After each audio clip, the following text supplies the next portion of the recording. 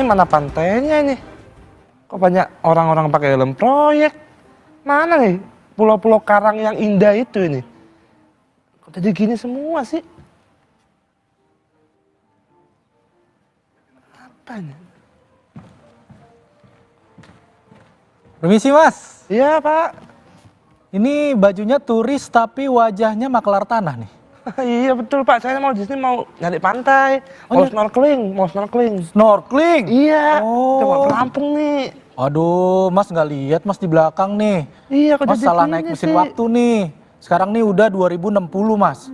Lah, 2025 sekarang nih, Pak. 2060 Mas, nih lihat pemandangannya di belakang. Tadi kan Mas cari karang ya, cari kars ya.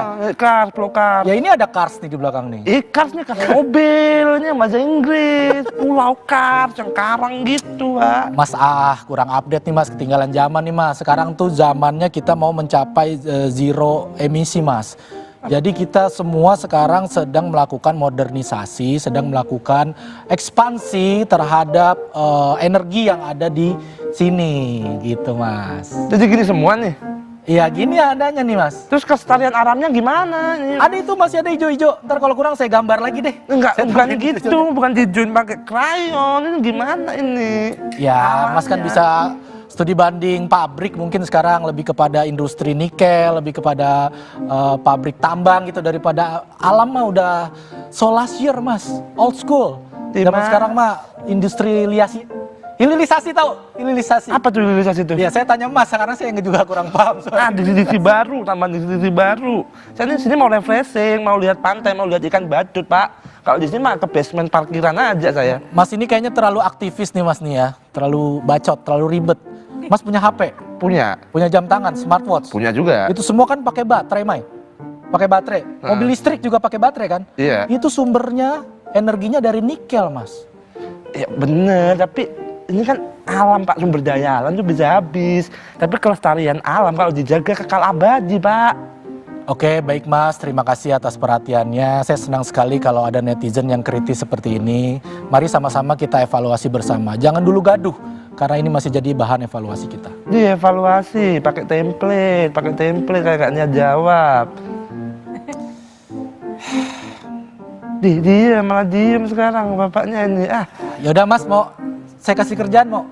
Boleh sih? Mau? Boleh sih. Langsung nyuap. Tahun udah makin jauh. Kerjaannya teknologi ini berkembang. aja, di sosmed aja. Jadi buzzer. Iya, jadi buzzer. Saya mah udah. Udahlah. Aduh, ini lagi kenapa sih pada ribut-ribut ini semuanya? Oke, itu main kabur temennya Bang? Iya, dia mau. Kenapa kabur itu tadi? Kurang piknik. Oh kurang piknik? Hobinya ngomel-ngomel aja. Iya, tapi tadi kayaknya komplainannya kebanyakan ya, begitu ya? Hah? Komplainannya kebanyakan tadi ya? Kebanyakan, merepet terus. Netizen biasalah kayak gitu ya. Biasa kayak gitu ya, langsung harusnya ditanggapi dengan kayak tadi ya? Ya kayak tadi normatif. lah, normatif aja, ngeles aja istilahnya. Oke, tadi itu kalau kita berandai-andai ya Bang ya, berarti kalau misalnya berandai-andai Raja Empat itu kita nggak bisa lagi lihat keindahan, mungkin hanya kecil, semuanya tadi penuh dengan mobil di mana-mana, itu akibat pertambangan dan Iya. kemudian juga hasilnya seperti apa, jadi kita nggak bisa lihat lagi dong keindahan Ya Raja bisa kita lihat, tapi paling nanti bentuknya dalam bentuk digital ya, gambar aja gitu, aslinya nggak ada. Ya, masa lalu dong kalau gitu. Nah, karena Raja Empat ini adalah harta karun Indonesia yang menyimpan keanekaragaman hayati ya Bang ya, baik di daratan maupun juga lautannya. Namun kini sejumlah warga resah karena kelestarian itu akan terusik akibat dari aktivitas tambang yang ada di sana.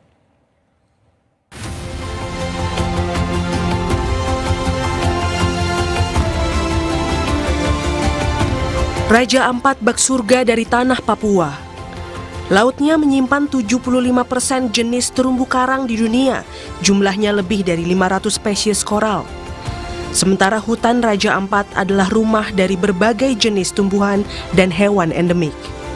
Tak heran Raja Ampat dinobatkan sebagai UNESCO Geopark pada 2023. Laut dan hutan jadi tempat warga Raja Ampat menggantungkan kehidupan. Seperti mayoritas warga Pulau Arborek yang turun-temurun mencari nafkah sebagai nelayan. Sejak keindahan Raja Ampat semakin mendunia, warga Pulau Arborek merambah ke pariwisata. seperti usaha penginapan hingga jasa menyelam bagi wisatawan. Di mana para wisata masuk, ya kami dari nelayan yang mancing-mancing ikan, terus kami pindah ke dunia wisata, kami kelola homestay sendiri. Jadi kehidupan untuk mata pencaharian kami ada di laut. Pokoknya semua yang ada di dalam laut itu kami perlu semua. Namun belakangan, warga Raja Ampat di Pulau Arborek resah. Warga khawatir aktivitas tambang nikel berisiko mengancam ekosistem laut. Selama ini perairan Pulau Arborek jadi magnet wisatawan yang menawarkan pengalaman melihat keanekaragaman terumbu karang hingga ikan pari manta. Kami yang sebagai pengusaha lokal memang tidak setuju kalau ada tambang di Raja Ampat. Nantinya sangat buruk terhadap laut nanti. Memang kekhawatiran kami itu jangan sampai dari berapa tahun ke depan ini, karena tambangnya sangat dekat dengan tempat wisata. Hutan yang dilindungi, yang hijau itu juga dibongkar. Beberapa waktu lalu pemerintah telah mencabut izin usaha pertambangan 4 perusahaan yang tersebar di 4 pulau kawasan Raja Ampat. Namun pemerintah tak mencabut izin usaha PT GAC Nikel karena dinilai mematuhi aturan dalam analisis dampak lingkungan hidup AMDAL. Kini, pemerintah menghentikan sementara operasional PT GAC Nikel hingga investigasi aspek lingkungan kegiatan tambang selesai. PT Antam sebagai induk perusahaan PT GAC menunggu arahan pemerintah atas perbaikan dari aktivitas pertambangan. Walaupun pemerintah sudah mengatakan bahwa tidak ada hal-hal yang fatal yang dilakukan oleh PT GAC, hanya ada hal-hal minor yang perlu diperbaiki, nah itu kita perbaiki. Nah setelah itu nanti pemerintah tinggal memberikan arahan bagaimana kita melakukan operasional dengan cara yang baik di sana gitu. PT GAC Nikel di Pulau GAC berjarak sekitar 42 km dari kawasan wisata Raja Ampat.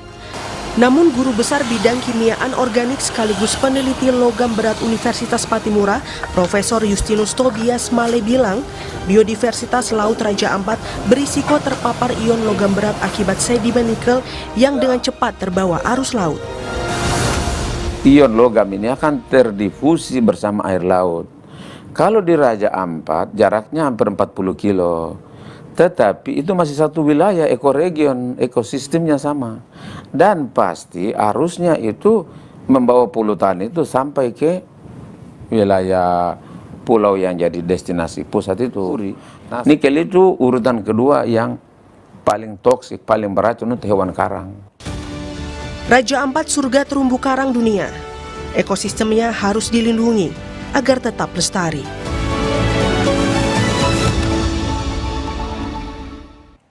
Nah, Raja Ampat memang surga terumbu karang dunia kalau tadi kita lihat melalui tayangan visual. Jadi perlu dijaga banget dari praktik-praktik yang tak berkelanjutan seperti misalnya aktivitas pertambangan yang dapat mengancam ekosistem laut dan juga hutan. Nah, kita akan membahasnya malam hari ini lebih dalam lagi bersama sejumlah narasumber ada warga Pulau Arborek di Raja Ampat, ada nama Bapak Naftali Siomambrako. Selamat malam, Pak Naftali. Selamat malam. Ya, dan ada juga penulis sekaligus sosiolog Oki Madasari yang tadi Mbak Nafi juga sudah membacakan puisinya Mbak Oki ya di awal. Wah, sangat terhormat nih. Terima kasih Mbak Oki atas kata-kata bagusnya. Malam Mbak Oki. Membacakan puisi saya. Halo Audrey. Ya. Iya, dan juga hadir di studio Kompas TV ada Country Director Greenpeace Leonard Simanjuntak. Selamat malam Bang Leo. Malam Mbak Adri, Mas David. Malam. Mbak Oki, Pak C. Naftali. Ya. Ya, saya mau ke Pak C dulu. Saya mau ke Pak C Naftali dulu. Pak C Naftali, kalau yang Pak C sampai lahir besar di Raja Ampat ya, Pak C ya? Ya. Ya. Benar. Pak C, sebenarnya apa sih yang paling Pak C khawatirin jika pertambangan aktivitasnya ini mencemari keindahan Laut Raja Ampat? Ya, terkait dengan tambang yang sementara marak di Raja Ampat ini, sebagai warga lokal yang ada di Raja Ampat, lebih khusus di Kampung Arborek, yang adalah pelaku wisata, kami sangat khawatir atau takut ketika tambang ini terus beroperasi di Kabupaten Raja Ampat, sehingga dampaknya ke laut. Sudah terasa belum Pak Kalau C sekarang? sampai hari ini belum terasa, tetapi kekhawatiran kami jangan sampai 5-10 tahun ke depan ini tidak seperti yang ada ini. Itu yang menjadi kekhawatiran kami. Oh, oke. Jadi sampai dengan sekarang belum terasa, tapi ini menjadi khawatir was-was juga ya Pak C ya? Ya. Oke. Ya, kalau Bang Leo sendiri mungkin sudah ada data mungkin yang didapat oleh Greenpeace tentang temuan-temuan yang sudah ada di Raja Ampat itu terkait aktivitas tambang, dampaknya terhadap pulau, laut atau terumbu karang itu sendiri. Iya, makasih Mas David. Jadi seperti yang sudah dibicarakan di ruang publik selama hampir 2 minggu ini dan kemudian dilanjutkan dengan tindakan pemerintah. Jadi sebenarnya yang kami angkat kan ada 5 pulau ya. Oke. Jadi ada 5 izin aktif, 4 sekarang dicabut. 1 belum dicabut yaitu Gag Nikel. Itu semua di pulau-pulau kecil. Kecuali 1 yaitu yang izin PT Nurham itu di Waigeo besarnya. Jadi itu pulau utama di Raja Ampat. Nah, di pulau-pulau kecil ini kan sebenarnya adalah sebuah ekosistem yang rapuh sebenarnya. Jadi ekosistem yang rapuh ini, dan itu sebenarnya alasan utama putusan Mahkamah Konstitusi nomor 35 2023 itu karena mereka menyatakan bahwa kalau ada pertambangan yang bersifat memang merubah lanskap dan destruktif, itu daya dukung lingkungan dari pulau-pulau kecil itu tidak akan mampu memulihkan Jadi sendiri. maksudnya saling berkaitan sebenarnya antar pulau, saling berkaitan sebenarnya. Semua harus kita lihat sebagai satu kesatuan ekologis, satu ekosistem, bahkan termasuk GAK sebenarnya. Jadi kalau bukti-buktinya sudah kelihatan sebenarnya. Jadi memang kan kebanyakan misalnya dive spots itu di selatan Waigeo dan jadi mungkin belum terlalu terlihat. Tetapi kalau terumbu-terumbu karang di pesisir pulau-pulau yang ada aktivitas tambangnya ini sebenarnya kita udah lihat tertutup. Jadi oleh sedimentasi, kalau hujan kan itu limpasannya sampai ke pantai dan ke pesisir. Jadi sudah coklat kemerahan sebenarnya. Pulau KW itu yang aktivitasnya berjalan itu sebenarnya sudah terdampak dengan lumayan serius begitu. Ya, seingat saya 2016 saya ke sana tuh memang ada aturan kalau kita mau ke pulau-pulau kecil di daerah Raja Ampat, itu kapalnya tuh nggak boleh sembarangan Pak ya. Dari ukurannya tuh kita nggak boleh yang besar. Bahkan Takut saya merusak ya Bang ya? Iya, karena saya pakai kapal klotok istilahnya ya, Ya, yang hanya cukup sekitar 5-10 orang untuk menjangkau pulau-pulau kecil itu. Jadi mungkin kapal itu bisa benar-benar berdampak langsung ya sama Apalagi ini terumbu karang. aktivitas pertambangan yang besar ya. Ya, itu ironisnya. Sebenarnya Raja Ampat ini sebagai sebuah kawasan ekoturism itu sekarang mungkin yang paling highly regulated, diatur ketat sebenarnya. Jadi yang Mas David tadi bilang, sekarang itu bahkan kan kalau standarnya kalau kapal-kapal itu yang live aboard itu itu menurunkan jangkar. Jangkar itu kan semua punya potensi merusak kepada terumbu karang. Jadi di Raja Ampat ini sekarang dalam 2 tahun terakhir itu ada eksperimen untuk bikin moor. Moor itu artinya semacam tambatan. Ada 5 kalau nggak salah sekarang, di mana kapal-kapal itu tidak perlu menurunkan jangkar lagi, tapi mengikat kepada moornya. Itu aja diatur gitu. Jadi ironis sekali kalau kita punya tambang di sekitarnya yang punya potensi destruksi yang jauh lebih besar, begitu. Jadi ini yang kita angkat karena potensinya sebenarnya ini benar-benar kalau tambang-tambang nikel ini bisa berdampak sangat serius kepada masa depan Raja Ampat. Oke. Nah Mbak Oki, kalau tadi di awal kita mendengar dari Bang Oki juga menyampaikan puisinya Mbak Oki ya, dan puisinya Mbak Oki juga sudah dikeumumkan juga di media sosial. Kalau lihat dari respon teman-teman di medsos, ini segeram apa Mbak Oki? Oh, kita bisa lihat Save Raja Ampat itu bukan sekedar hashtag kan, itu sebuah bentuk gerakan sosial. Dan kita bisa lihat kemarahan, kegeraman pada tambang di Raja Ampat ini bisa melibatkan berbagai lapisan, mulai dari aktivis, mulai dari mahasiswa, hingga mereka yang mungkin selama ini tidak banyak terlibat dalam isu sosial, tapi merasa secara visual saja nih, ada tempat seindah ini dirusak, kok tega? Nah, itu kan artinya isu ini sudah menyebar ke berbagai lapisan masyarakat dan kepedulian itu sudah terbangun.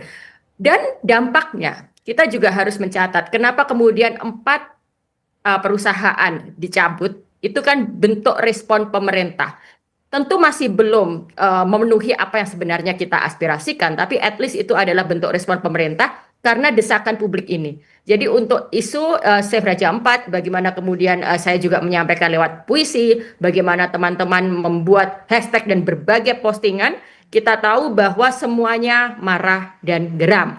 Nah, saya mau sedikit mengulas tadi ya, Audrey, soal kenapa kita menolak ini gitu. Nah, ini bukan sekedar bahwa ini merusak lingkungan, itu jelas. Tapi kita bisa melihatnya bagaimana dampaknya langsung nanti kepada warga lokal. Jadi yang dirusak itu juga kehidupan dan penghidupan masyarakat lokal. Tadi kita mendengar sendiri kan bahwa warga mengatakan ini nanti kalau pariwisatanya rusak, kita kehilangan mata pencaharian. Itu artinya ada kehidupan dan penghidupan yang dicabut di situ. Jadi pariwisata itu pun adalah bagian dari kehidupan dari warga lokal itu. Nah, di sini juga membuktikan bahwa penggalian tambang atau pembukaan sebuah tambang itu tidak otomatis berdampak bagi kesejahteraan warga lokal. Bahkan ada banyak case ternyata tidak ada distribusi keadilan, tidak ada distribusi kesejahteraan. Warga lokal tetap terpinggirkan, tetap rugi gitu ya. Tidak mendapat apa-apa, mereka hanya mendapat alamnya yang semakin rusak, bahkan semakin miskin. Nah, dan lebih dari itu, keputusan untuk mengelola sebuah kekayaan alam itu tidak pernah melibatkan warga lokal. Terbukti dari ketika Kompas TV kemudian menghadirkan suara warga lokal yang menolak, itu artinya mereka tidak dilibatkan, mereka tidak ditanyai. Dan ini yang kemudian terjadi di banyak tempat di Indonesia. Pengelolaan atas hasil kekayaan alam itu hanya ditentukan oleh segelintir elit, dan kemudian hasilnya hanya untuk kelompok tertentu saja. Ibaratnya ini kurang mendengar ya, Jajang tidak mendengar nih suara-suara dari hati Pace-Mace Papua ya, Bang David ya. Ya padahal suaranya bagus-bagus ya. Iya. Tapi masih nggak kedengeran juga ya. Iya, Talenta-talenta dari timur tuh kan kalau nyanyi suaranya bagus-bagus, tapi begitu sampai ke Jakarta tuh tutup telinga, sementara untuk isu-isu yang penting seperti ini ya, banyak pejabat kita ya. Iya benar. Nah sebenarnya kalau gitu pertanyaan selanjutnya adalah Bang Leo, sebenarnya harus komunikasi seperti apa nih? Tadi kan Save Raja Ampat udah di mana-mana, udah bersuara melalui puisi, lagu dan lain sebagainya. Kalau gitu gimana caranya pemerintah ini bisa dengar, apa tutup telinga apa bagaimana ya, supaya juga nggak hanya oke 4 udah ditutup, nah tapi gimana selanjutnya kan ya? Jadi kita akan menjawabnya, tetap bersama kami.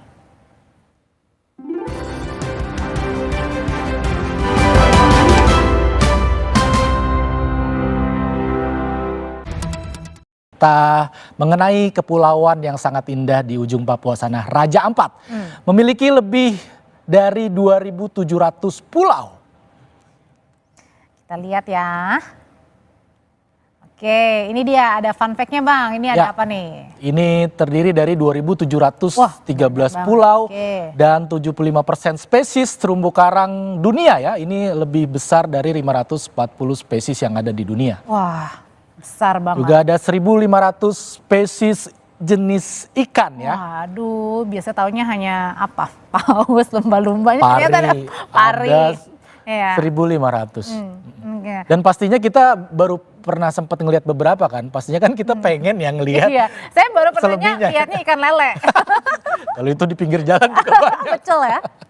Nah oke, nah ini alam bawah laut Raja Ampat juga menjadi habitat lebih dari 600 jenis moluska 16 jenis mamalia laut dan 5 jenis penyu. Wah, ini jadi banyak banget ya. Ini saya nggak bisa bayangin sih, Bang David, kalau semuanya kita nggak bisa lihat lagi nanti ya suatu saat ya. Iya, makanya kalau apalagi ada 699 jenis moluska atau kerang yang kita lihat di gambar ini sangat penasaran saya. Karena saya taunya beberapa jenis kerang cuman kerang saus tiram, saus padang. Itu seafood.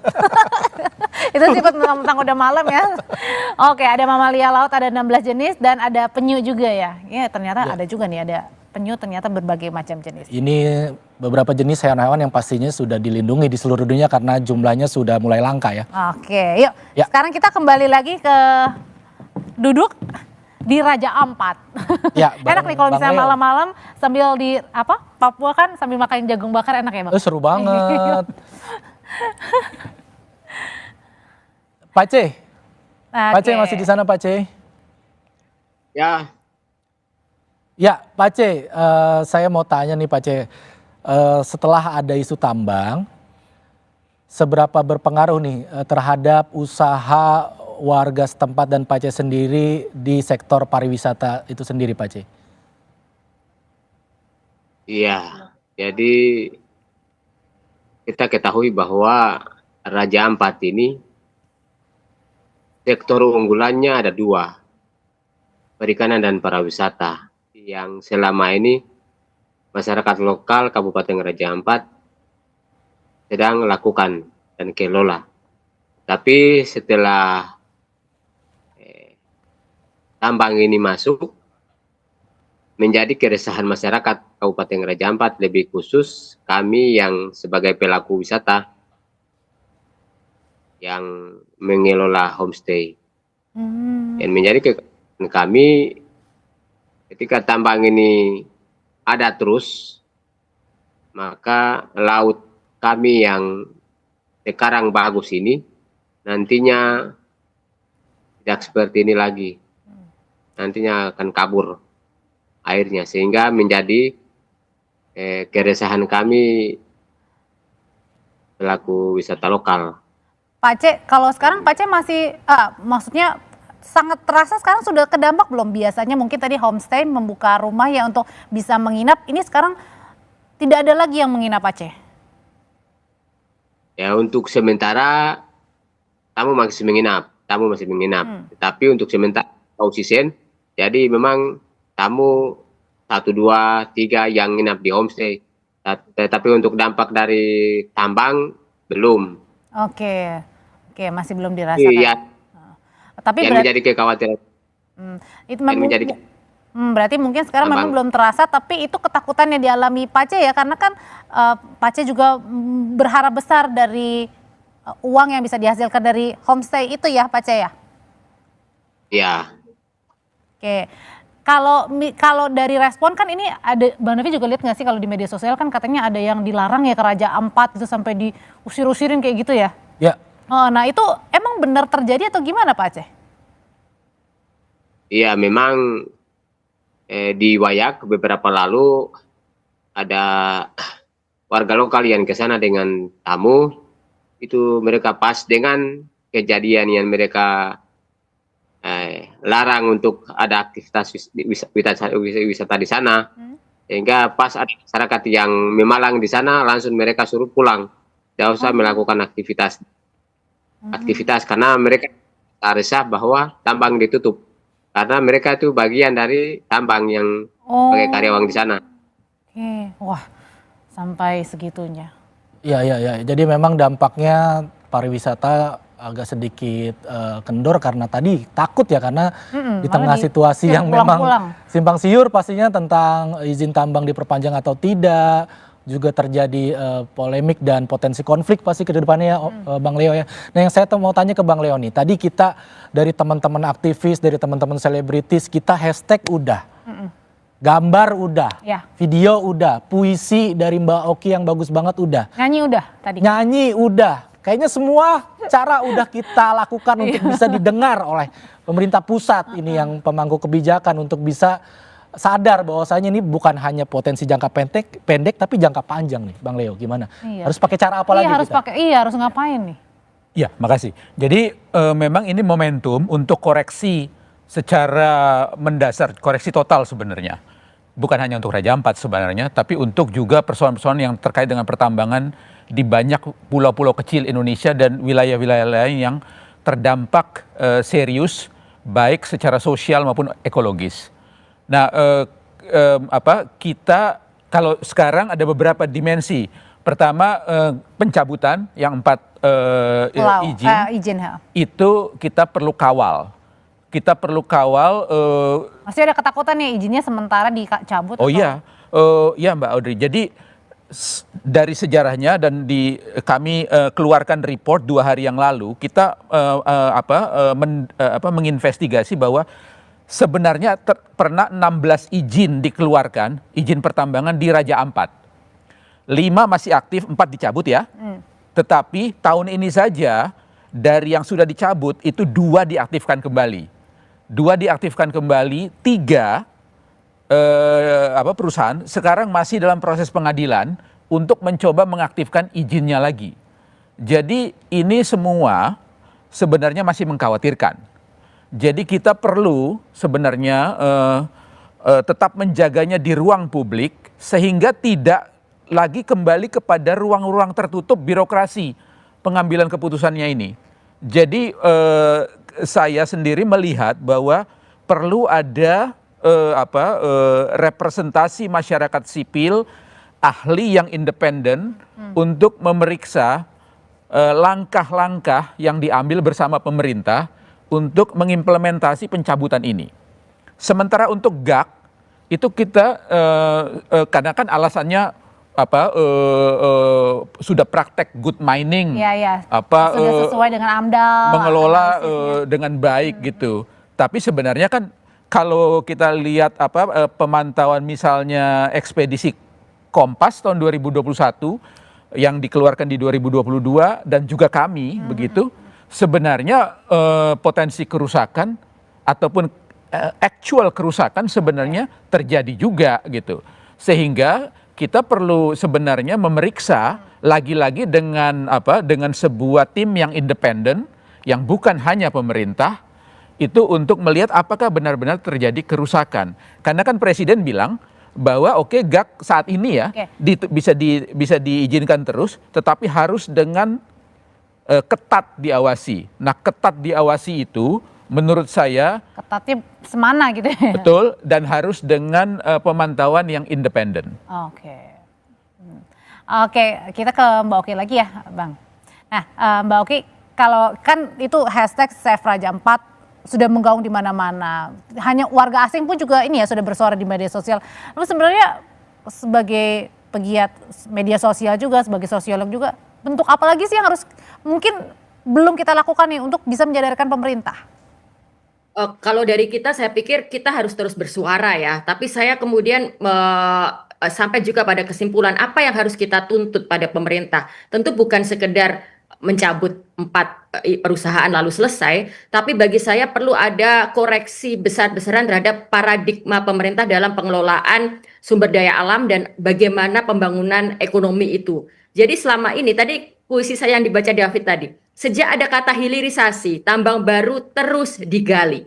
Jadi kata hilirisasi itu seolah menjadi tameng, seolah menjadi alibi bahwa wah kita boleh nambang, kita bisa menambang sebanyak-banyaknya. Hilirisasi disamadengankan dengan tambang, dengan nikel. Padahal hilirisasi itu kan artinya kita mengolah bahan mentah menjadi bahan jadi, mempunyai added value, bisa dijual lebih mahal. Nah, tapi kemudian sekarang hilirisasi diartikan adalah dengan industri ekstraktif. Nah, ini yang kemudian harus jadi koreksi besar-besaran. Sudah tidak saatnya lagi Indonesia bergantung pada industri ekstraktif, apalagi lalu kemudian digandengkan sebagai populisme ekstraktif sebagai paradigma pembangunan kita. Dan di sini kita tidak sedang hanya bicara Save Raja Ampat, tapi juga Save Halmahera, kita juga yang bicara lain-lain ya. tempat-tempat yang lain di Indonesia. Jadi itu yang harus kita suarakan terus. Ya. Oke, kita kembali lagi ke Pak C. Ya, Pak C. Mungkin kita mau tanya lagi Pak C. Pak C. Ya. Ya, Pak C, ini kalau pemerintah, pejabat terkait ini nonton nih, yang ingin disampaikan apa Pak C? Supaya membuat pemerintah ini betul-betul mengkaji ulang keputusan yang sudah ada Pak C? Iya. Sebagai masyarakat Raja Ampat, lebih khusus kami sebagai pelaku usaha. Jadi, harapan kami kepada pemerintah, jangan hanya duduk di, tapi selalu bersuara kepada pemerintah provinsi, pemerintah pusat, hingga tambah tidak boleh izinnya kembali, tetapi harus ditutup. Itu harapan kepada pemerintah. Kita tidak boleh duduk diam, tetapi bagaimana terus bersuara untuk tambang.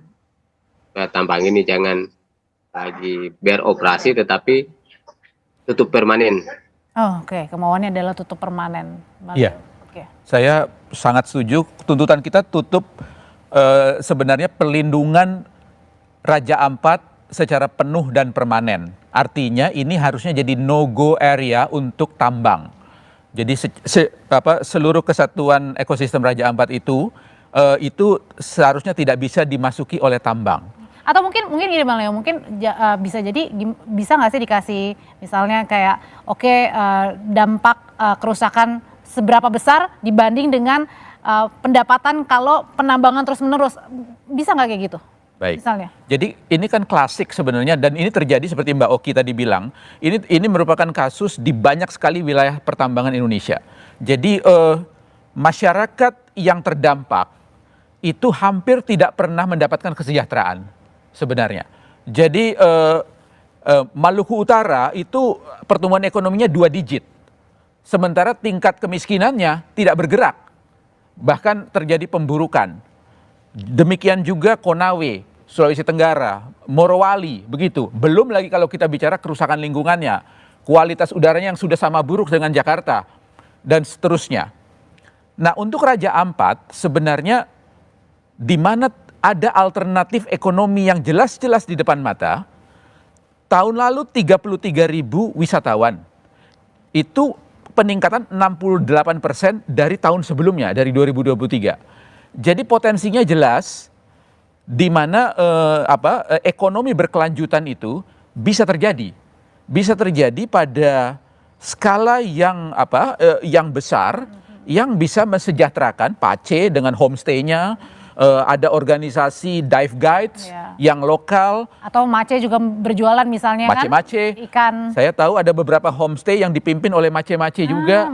Jadi ini potensinya jelas jauh lebih besar untuk ekonomi rakyat, ekonomi masyarakat daripada tambang di KW, tambang di GAK, tambang di Manuren, dan yang lain-lain itu.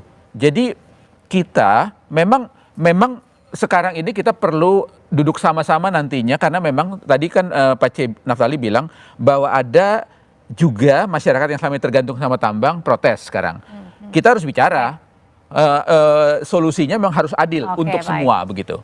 Baik, terima kasih kalau gitu Bang Leo. Terima kasih juga Mbak Oki. Pak C, terima kasih, selamat malam Pak C. Salam Pak C. Terima kasih Pak C, Naftali, Mbak Oki, terima kasih.